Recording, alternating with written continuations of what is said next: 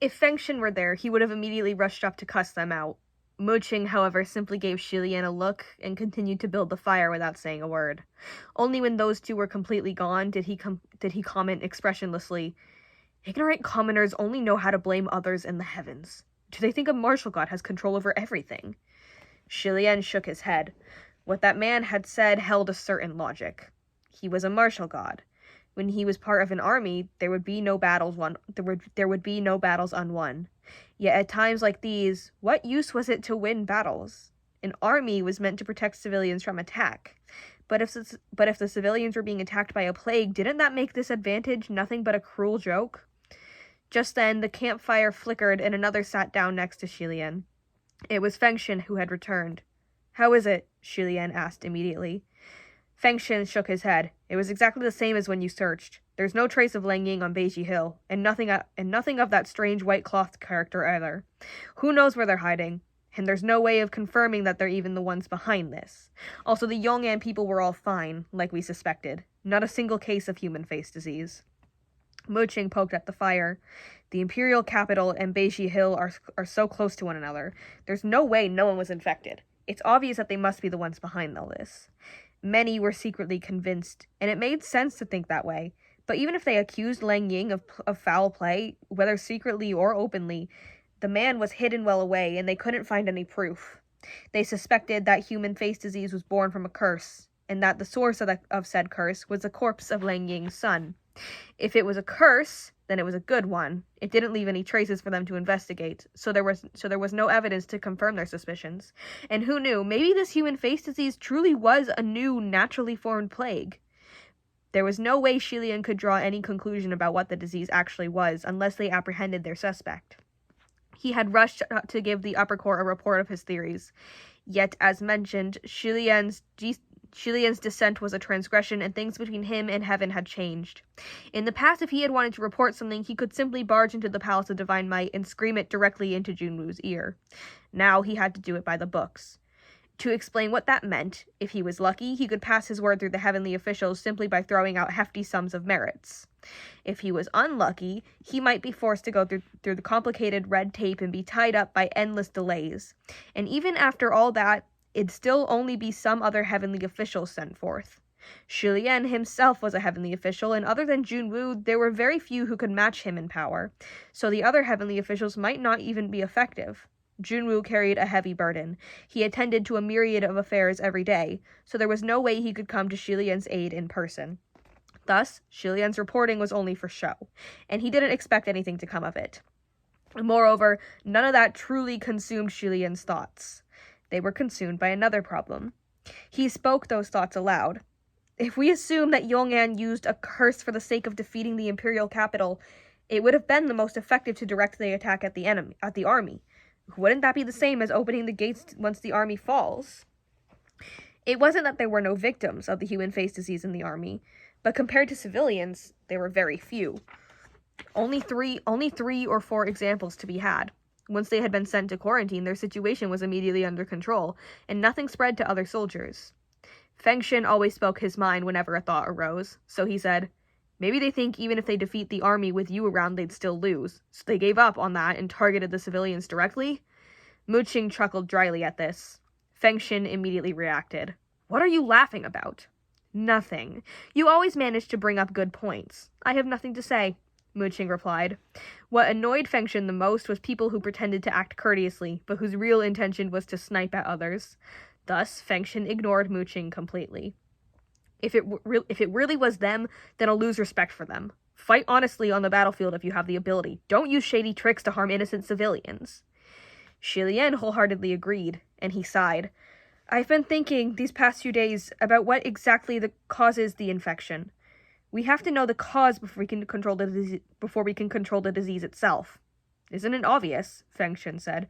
"Infection comes from close contact. Touching, drinking the same water, eating together, sleeping together, or whatever." Shi Lian rubbed his forehead. "On the surface, that's not wrong. But take the army, for example. The soldiers all drink, eat, and sleep together, and are in closer quarters than most ordinary households. So why aren't more soldiers infected?" Mu Qing furrowed his brow. So what you mean is, even under the same circumstances, with different physiques, some will be infected and others not. You want to find out just what kind of people are immune to human face disease, right? Shilian raised his head. Muqing, you understand me. That's exactly it. If we can't find that out, there might be a way to stop human face disease from spreading. Muqing nodded. Good. Then let's look at it this way. What kind of people are more likely to get infected? What type of patients dominate the quarantine of Buyo Forest? Shilian had walked through the camps countless times these past few days and could answer with his eyes closed. He listed them off immediately. Women, children, teens, seniors, and young men who are smaller in build. So only the weak are infected? Fengshen wondered doubtfully. Should we have the king order for everyone in the capital to work out and strengthen their bodies? Shilian and Muqing both gave him a look, not wanting to respond. After a pause, Fengshen himself added, Wait, that's not right. Obviously not. The first victim that rampaged on the Grand Avenue of Divine Might was a strong, healthy man, so the theory didn't hold up. Just how were the soldiers that had become infected with human face disease different from other soldiers? Shilian thought of many possibilities and tried testing his hypotheses. But no matter from which angle he looked, there wasn't anything obvious that differentiated them from the rest. The characteristics of the infected victims were all across the board. Their looks, their physiques, their social statuses, their temperatures. It was impossible to draw a conclusion based on these criteria. Could the infection really just be a matter of chance? What exactly did the soldiers do to stop the spread of the human face disease? Shilian mumbled to himself. In other words, what have they done more often than civilians? When he came to this thought, his eyes suddenly widened and his face paled. At his abrupt halt, Fengshen asked, What's wrong, Your Highness? Have you thought of something? Shilian had indeed thought of something. He had come to a logical conclusion, but at the same time it was a terrifying one.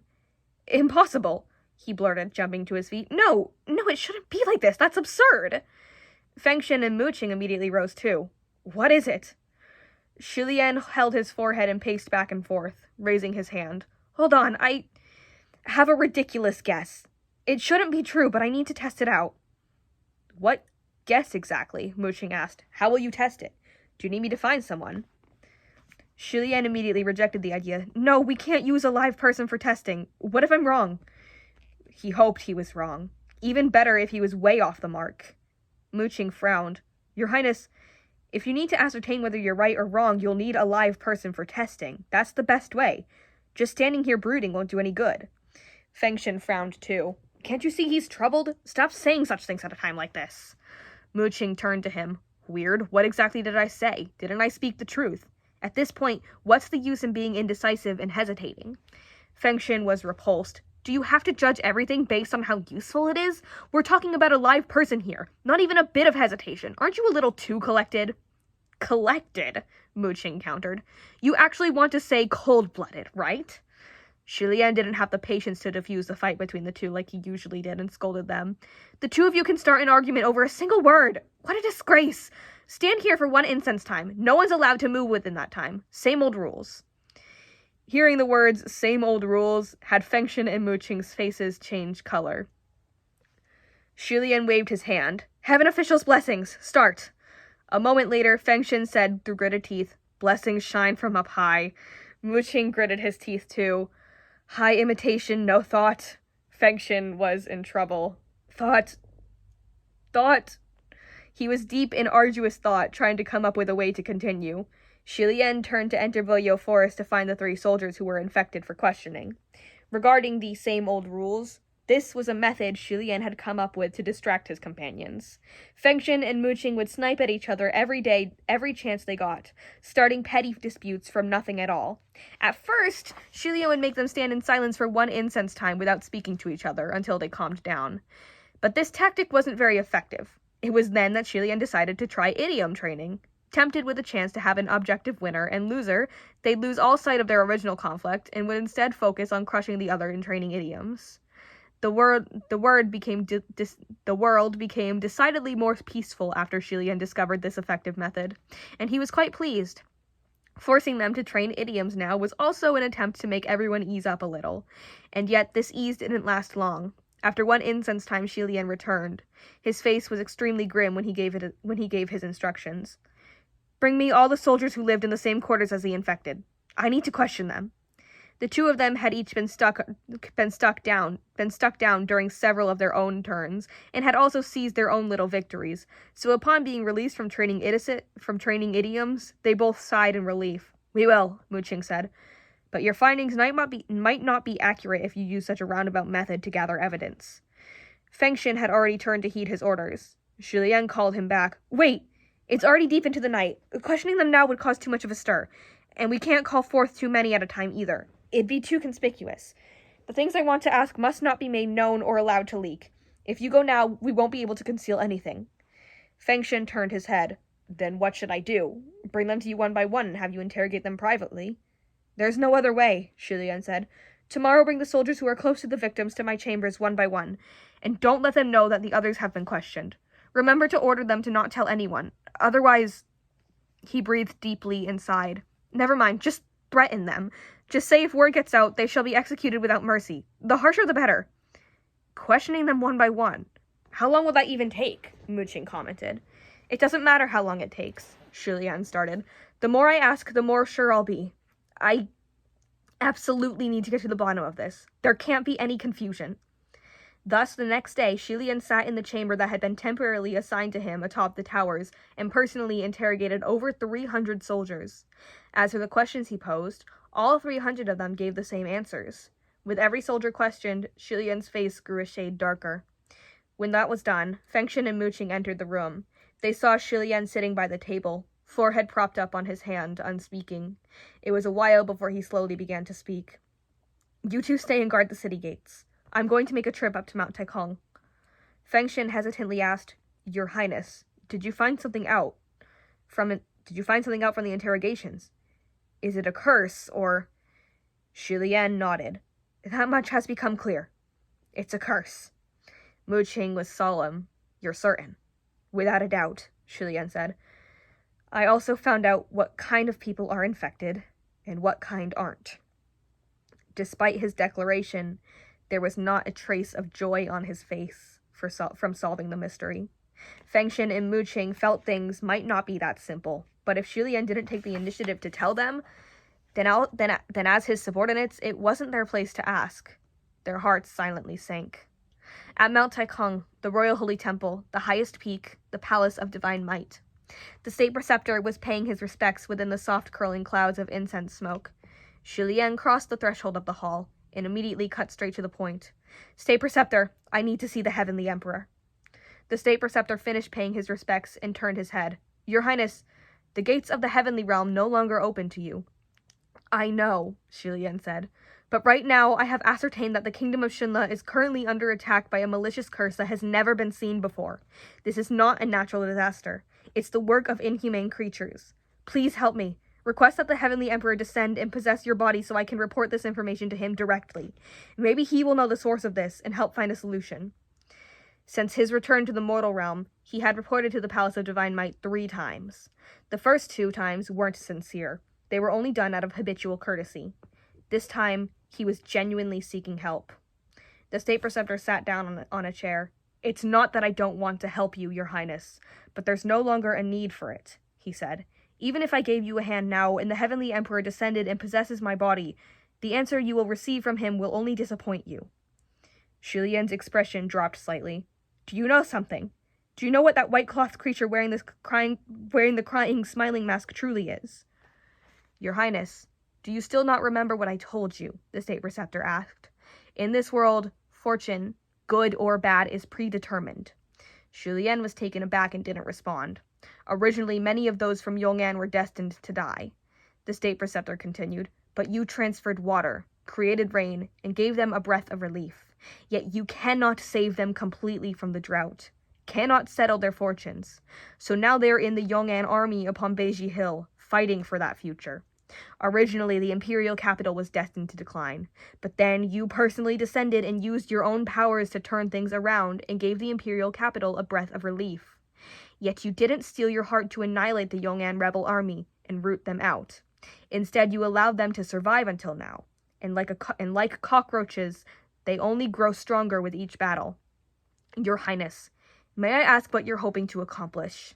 The state preceptor asked him in wonder. Are you perhaps waiting for both sides to realize their mistakes? To repent and be born anew? To reunite as one country once more? An odd sense of shame bubbled within Shilian's heart.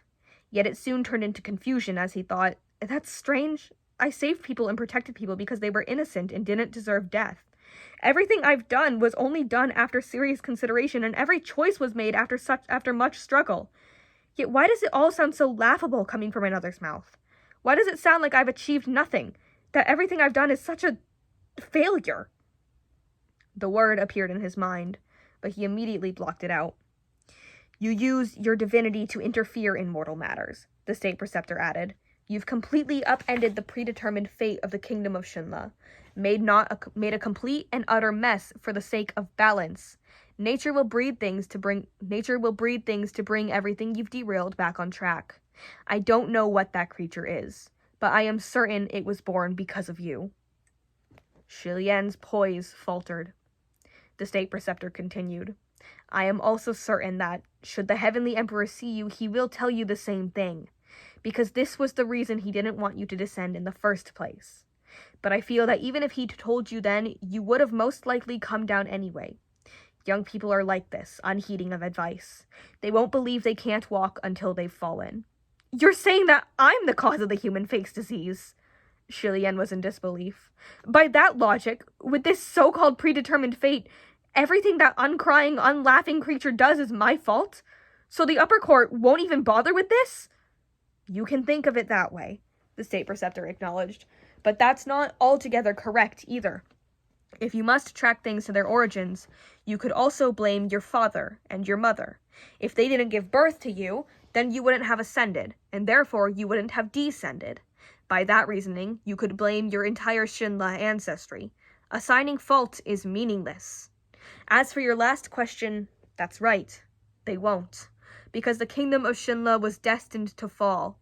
Since you reached out your hand and flipped the board, there will surely be another hand to set right the game's upset pieces. Shilian drew in a deep breath, not wanting to discuss whether the kingdom of Shinla was destined to fall. He closed his eyes for a minute, then asked, So answer me, State Preceptor. If I disappear now, will that creature also disappear? I'm afraid not, the State Preceptor replied. Easy to come, hard to go. Whether it's a god, ghost, or demon, it's all the same. Shilian nodded. Fine, he said rigidly. Thank you, State Preceptor, for your guidance. Shilian knew any more talk would be pointless. The only one he could rely on to keep fighting was himself. He bowed to the State Preceptor, bidding him farewell and prepared to leave. Behind him, the State Preceptor called out, Your Highness, how do you plan on walking your path from now on? Shilian had his head down. Since my disappearance would change nothing, I will fight to the end. That is my only path. After a pause, he raised his head high and clearly enunciated every word. Be it a hand or something else, I don't care. The people I protect will never become its pawn.